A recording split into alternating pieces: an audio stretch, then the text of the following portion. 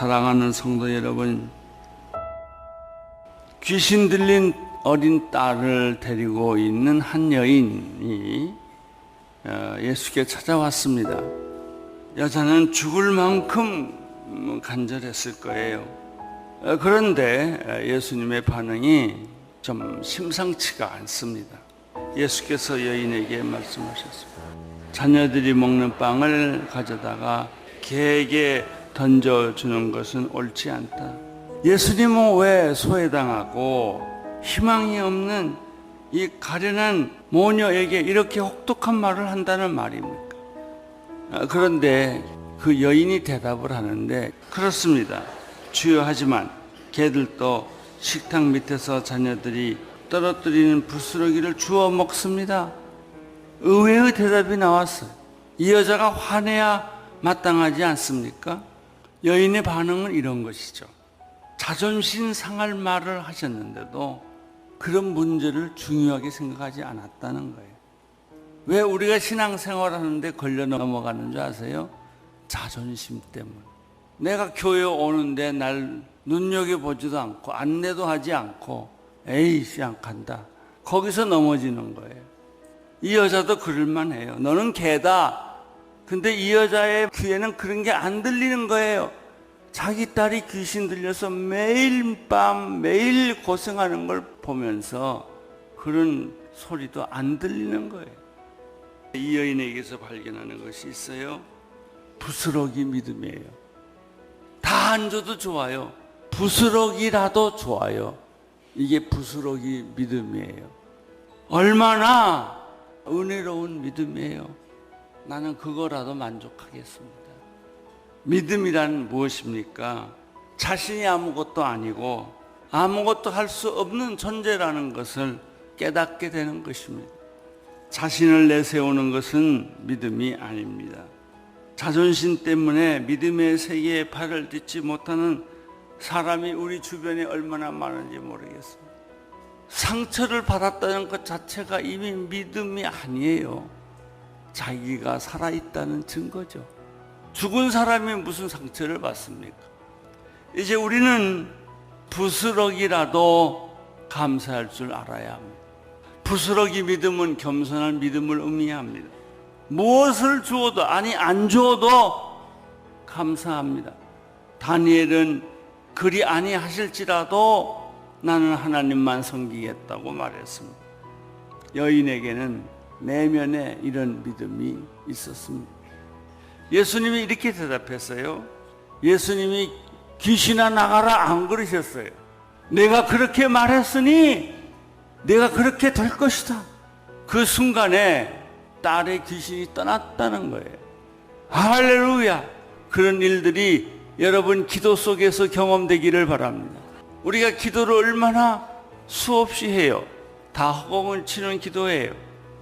그러나 어느 날 기도할 때 몇 마디 안 했지만 그 기도 속에 눈물이 있고 참회가 있고 믿음이 생기는 기도를 해요. 그러면 그거는 그대로 능력으로 나타나는 거예요. 우리 주님은 이렇게 우리에게 가까이 오십니다. 어떤 불가능한 상황 속에서도 뚫고 오십니다. 안심하십시오. 주님은 여러분 곁에 계십니다.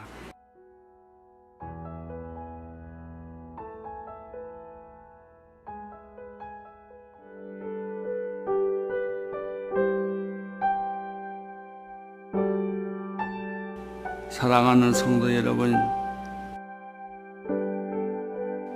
위기에 부딪혔을 때 흔히 우리들은 혼자라고 생각을 합니다. 그래서 외롭고 고생스럽다고 생각합니다. 누가 옆에 있다면 그렇게 외롭지 않습니다.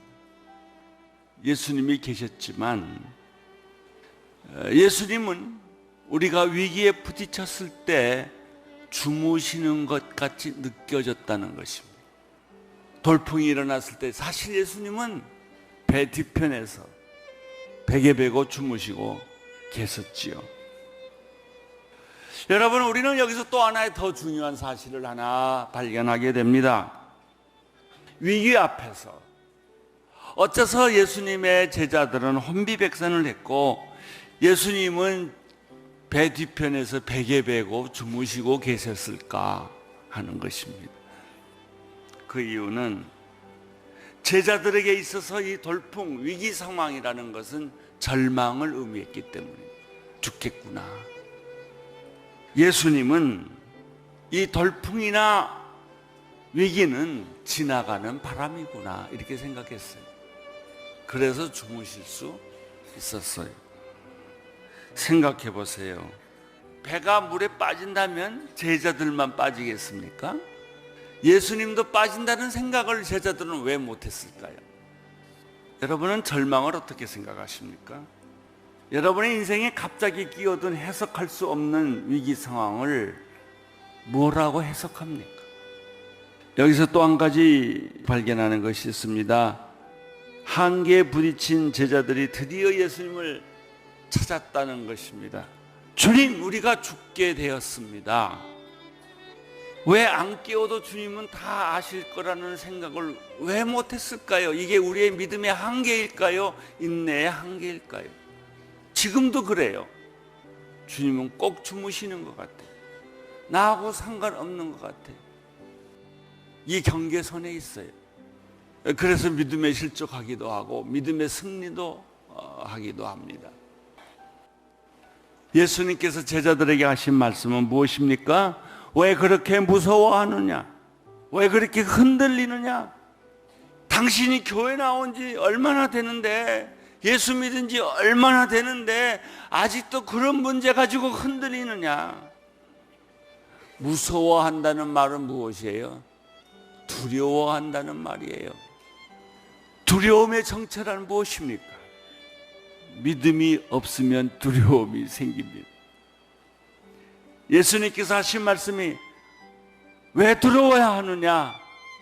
아직도 믿음이 없느냐? 내 코에 예수님을 앞에 두고도 못 믿느냐? 그 얘기예요. 참 이상하죠? 예수님을 보고도 못 믿고 만지고도 못 믿고 코앞에 두고도 못 믿어요. 그래서 예수님 말씀하셨어요. 왜 두려워하느냐? 왜 두려워해요? 여러분 옆에 예수님이 계시는데, 여러분 안에 예수님이 계시는데, 그런데 안 계신 것 같고 주무시는 것 같고 멀리 외출한 것 같기 때문에 두려워하지 않아요? 내 얘기를 안 들어주시는 것 같으니까 두려워하지 않는 거 아니에요? 사랑하는 성도 여러분, 여러분 눈앞에 예수님이 계십니다. 손을 뻗치면 계시고 말씀하면 들으시고 기도하면 응답하십니다. 내가 믿었던 예수, 이분이 누구시기에 이 위기를 잠재우고 이 파도에게 명령을 내리시는가? 예, 그분에게 가십시오. 그분을 깨우십시오. 그분으로부터 말씀을 들으십시오. 그분의 음성을 들으십시오. 여러분 안에 있는 모든 두려움은 순식간에 사라지게 될 것입니다.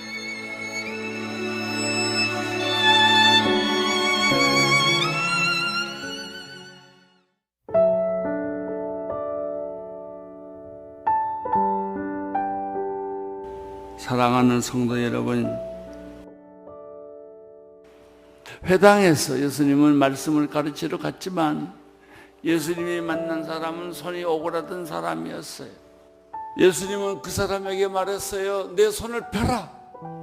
그러자 이 사람이 즉시 손을 내미니까 손이 펴졌어요. 여기에 아주 중요한 배워야 할 메시지가 있어요.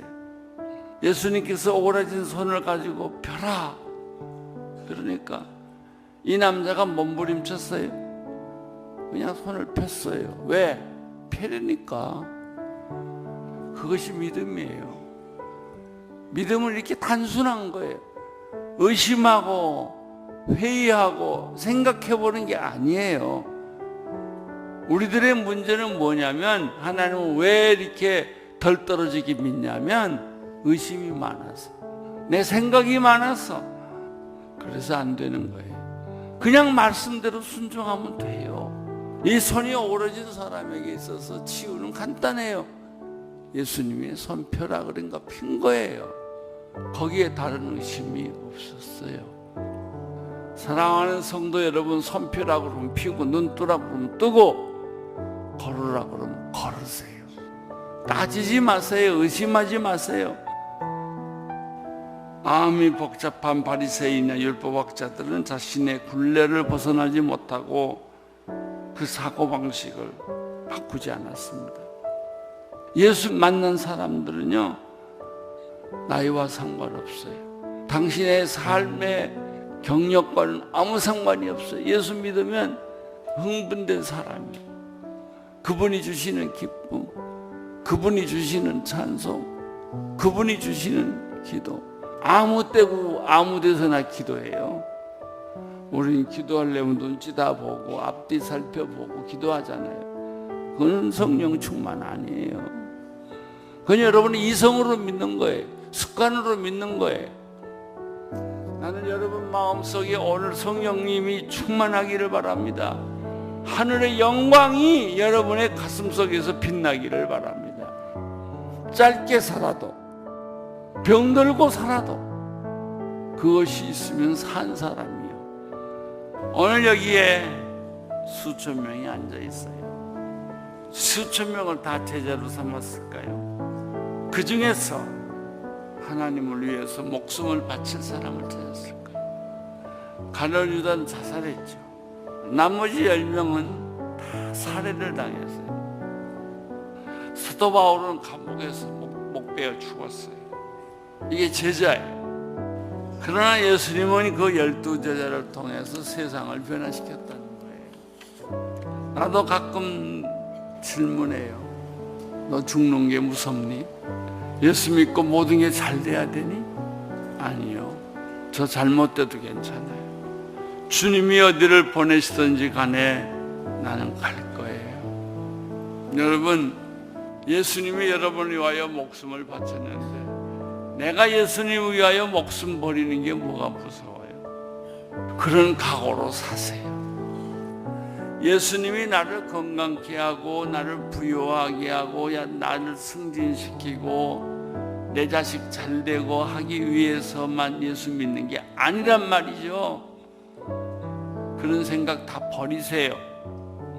내가 예수님을 위해서 삶을 포기하는 거예요. 주여 나를 보내소서. 누가 가요? 제자들이 가는 거예요.